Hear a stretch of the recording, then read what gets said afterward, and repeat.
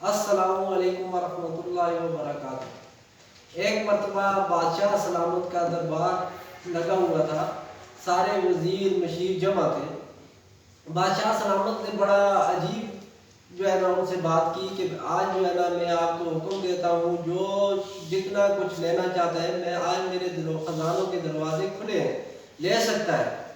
तो सब जो है ना खजानों की तरफ लग के सब ने जो है ना उनसे अपनी जोड़ियाँ भर दी और लेना शुरू कर दिया। अब उन वज़ीरों में मशीरों में एक उस बादशाह सलामत का वज़ीर था, उसका नाम था अयाज। वो बादशाह सलामत के कंधों पर अपने दोनों हाथ रख के खड़ा हो गया। तो बादशाह सलामत ने फिर अचानक उससे सबको मुखातब करके कहा कि अयाज, सब ने हीरे लूट लिए, जवाहरात लूट लिए, आप मेरे कंधों के ऊपर दोनों हाथ रख के खड़े हैं, आप भी जो है ना ये खजानों के दरवाजे खुले हैं, इनसे लें खजाने, जो भी लेना चाहते हैं, हीरे लेना चाहते हैं, जवाहरात लेना चाहते हैं। तो अयाज ने बड़ा अजीब जवाब दिया, कहा कि बादशाह सलामत, सब ने हीरे लूटे हैं और मैंने हीरों वाला लूट लिया है। यानी जिसको बादशाह मिल गया उसको सब कुछ मिल गया। तो बात यहाँ भी इसी तरह है।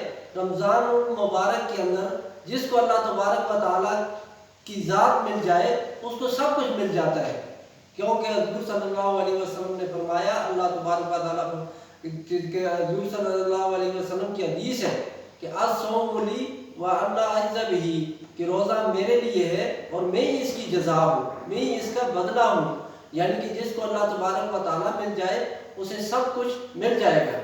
तो इसी तरह नाज़रीन कहते हैं कि रोज़ा जो है इसका मकसद क्या है। कुरान पाक में अल्लाह तबारक व तआला खुद फरमाते हैं कि ए ईमान वालों, तुम पर रोज़ा फ़र्ज किया गया है जिस तरह के तुमसे पहली उम्मतों पर फ़र्ज किया था, ताकि तुम तकवा इख्तियार करो। रोज़े का मकसद ये है कि बंदे के अंदर तकवा, आजिज़ी, इंकिसारी पैदा हो और दूसरे लोगों के साथ हमदर्दी पैदा हो।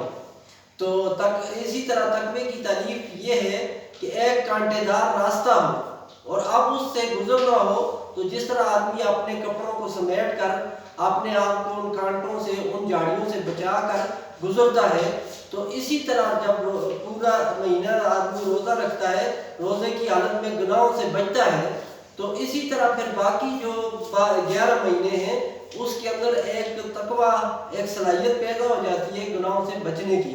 तो रोज़े के जो है ना जो बताया है कि फ़लसफ़ा ये है कि इंसान के अंदर तकवा पैदा हो।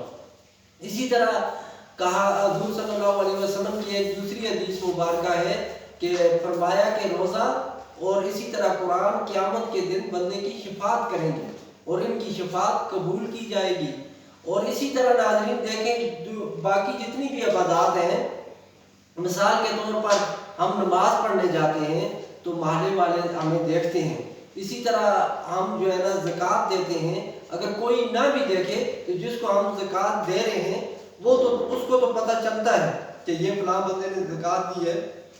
इसी तरह जो है ना हम हज करने जाते हैं तो पूरी दुनिया से वहाँ पर मुसलमान जमा होते हैं, तो एक दूसरे को देखते हैं, उसके अंदर दिखलावा, रियाकारी शामिल हो सकती है।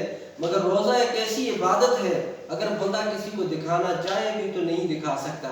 इसीलिए तो कहा कि रोज़ा मेरे लिए और मैं ही इसकी जज़ा हूँ। तो इसीलिए जो है ना रमज़ानुल मुबारक का मुक़द्दस महीना आ रहा है, तो हमें चाहिए कि रोज़ों का एहतमाम करें और उसके साथ साथ जो है ना अपनी इबादत में इजाफ़ा करें। जिस तरह कहते हैं कि हुज़ूर सल्लल्लाहु अलैहि वसल्लम जब रमज़ान का महीना आता था तो अपने मामूलात में इजाफ़ा कर देते थे। तो ये बरकतों वाला महीना है, रहमतों वाला महीना है, और ये जो है ना अमाल को यानी कि लूटने का, ख़जानों को लूटने का महीना है।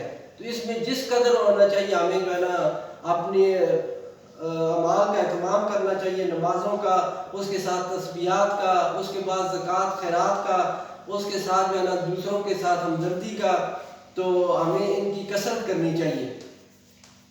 अल्लाह तबारक व तआला से दुआ है कि जो कुछ कहा सुना इस पर अमल करने की तौफीक अता फरमाए। वस्सलाम।